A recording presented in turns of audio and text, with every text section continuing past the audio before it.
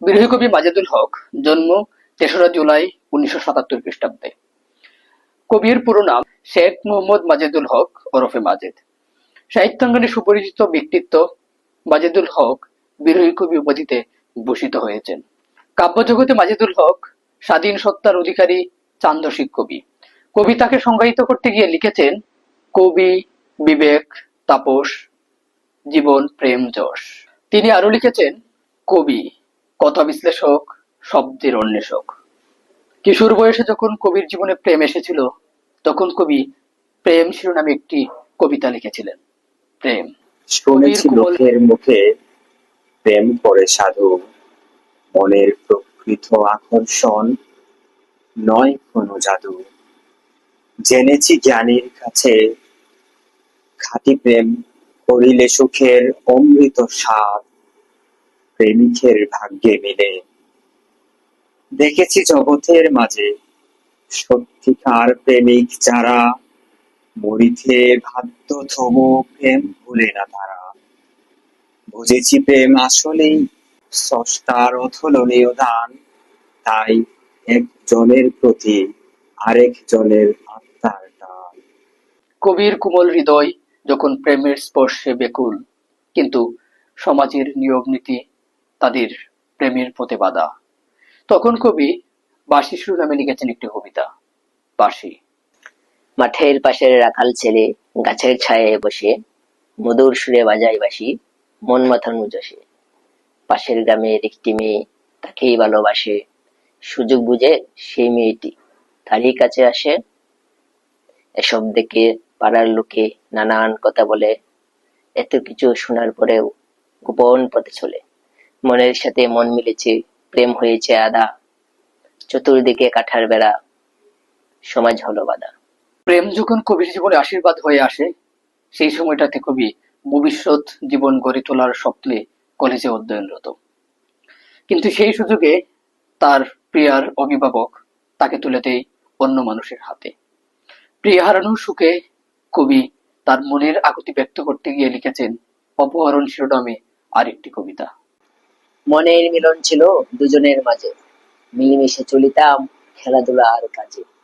আমায় দেখিত যদি বলিত দরদি, তোমায় দেখিলে আমি আনন্দে বিভোর।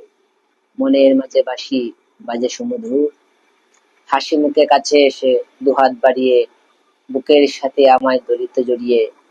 বিনয় করি তোমায়, ভুলো না আমায়, তোমাকে না পেলে আমি মরে যাব। জানি না আমায় নিয়ে তুমি কি যে ভাবো। তাহার মাথায় রেখে আমার দুহাত কসম দিয়েছে মোরে থাকিতে হায়াত। হয়তো ঝড় উঠিবে, কত কি বলিবে, ছাড়িয়ে যাবে না মোরে দুটি পায়ে ধরি, তোমার জীবন সাথী হয়ে যেন মরি। গোপনে অভিভাবক শাসন করিল, ষড়যন্ত্র করি তাকে নির্বাসন দিল। শুনিয়ে দিবে কে বাদে, এখনো সে কাঁদে। অধ্যয়নরত তখন ছিলাম, পরিস্থিতির কারণে কষ্টই পেলাম। বিধির কি যে বিধান পারি না বুঝিতে, প্রিয়জন কেড়ে নিল কঠোর নীতিতে। বেতার দুটি পাহাড় শুধু হাহাকার, সে খাদে আমিও খাদি, ব্যতীত দুজন বিয়ের নামে আজ সে হয়েছে অপহরণ।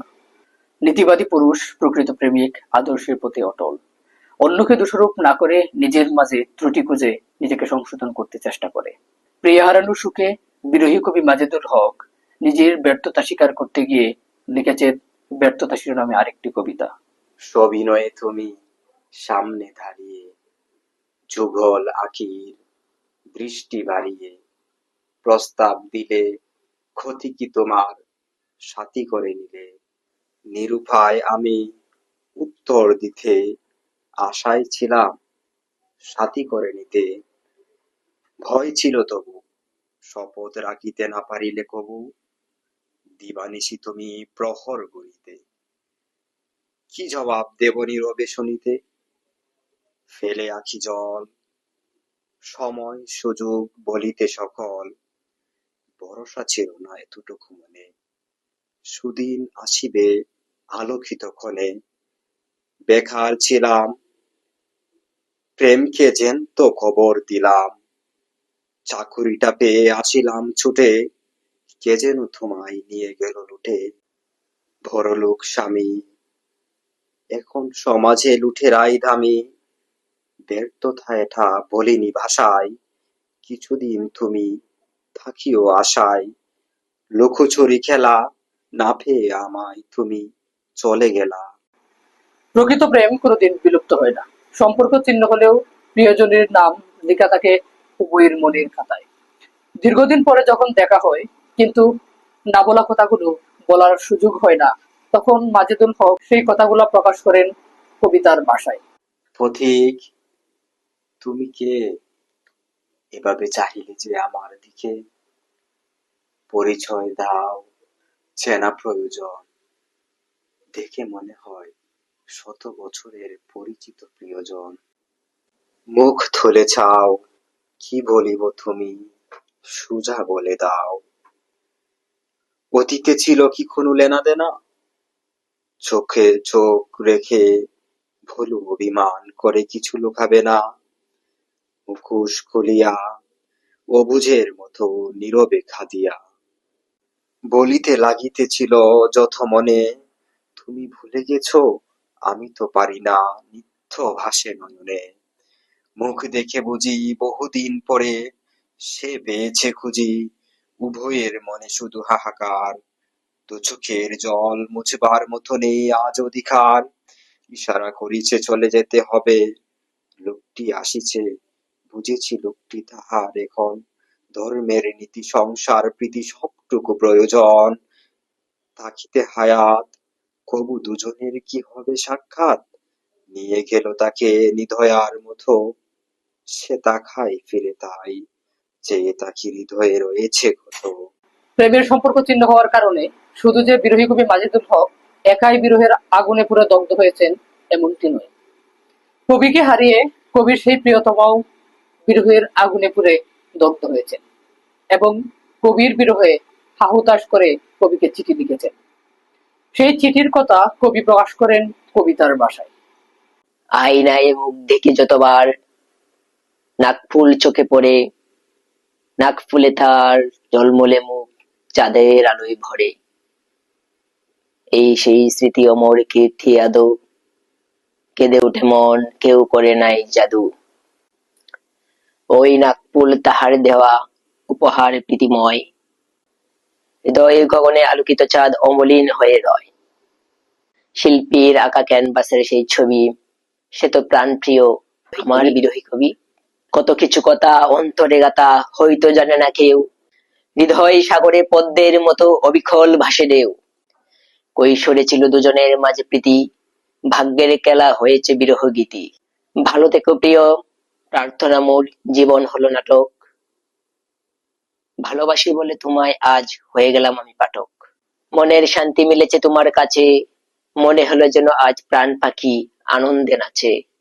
হাজার বছর সাধনা করেও মিলে না এমন সুখ, আদর সুহাগে ভরে দিলে তুমি আমার কোমল বুক।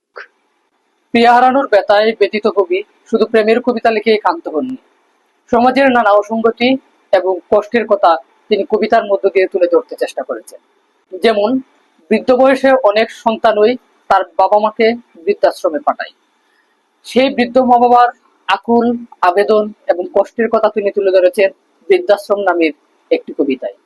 সেই সাথে গ্রামের কৃষক শ্রমিক মজুররা নানাভাবে নির্যাতিত হয়, একইভাবে বর্গা চাষিরা বিভিন্ন কারণে নির্যাতিত হয়। কবি সেই বর্গা চাষীদের কষ্টের কথা তুলে ধরেছেন তার বর্গা চাষী নামে আরেকটি কবিতায়। এমনি করে কবি সংকট, প্রতিবন্ধী ইত্যাদি নানা বিষয়ে কবিতা লিখতে চেষ্টা করেছেন। কবি মাজেদুল হক প্রথাগত ছন্দে কবিতা লেখার পাশাপাশি নিজে সৃষ্টি করেছেন নতুন কিছু ছন্দ কাঠামো, আর এসব ছন্দ কাঠামোতে এনেছেন নতুনত্ব। তাই নতুন ছন্দ কাঠামো বা ছন্দরীতি নিয়ে লিখেছেন ছন্দরীতি নামে আরেকটি কবিতা। আগে তুমি শিখে লও প্রথাগত নীতি, পরে কবি সৃষ্টি করো নবছন্দ রীতি।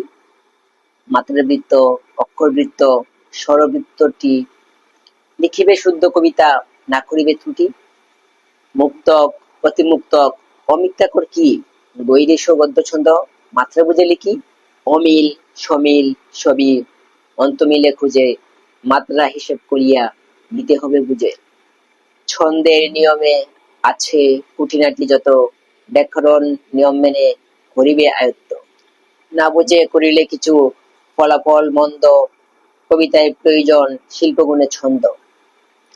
ছন্দরীতি কবিগণ করে যত সৃষ্টি, কবিতায় যুগ হবে প্রসন্ন সুদৃষ্টি।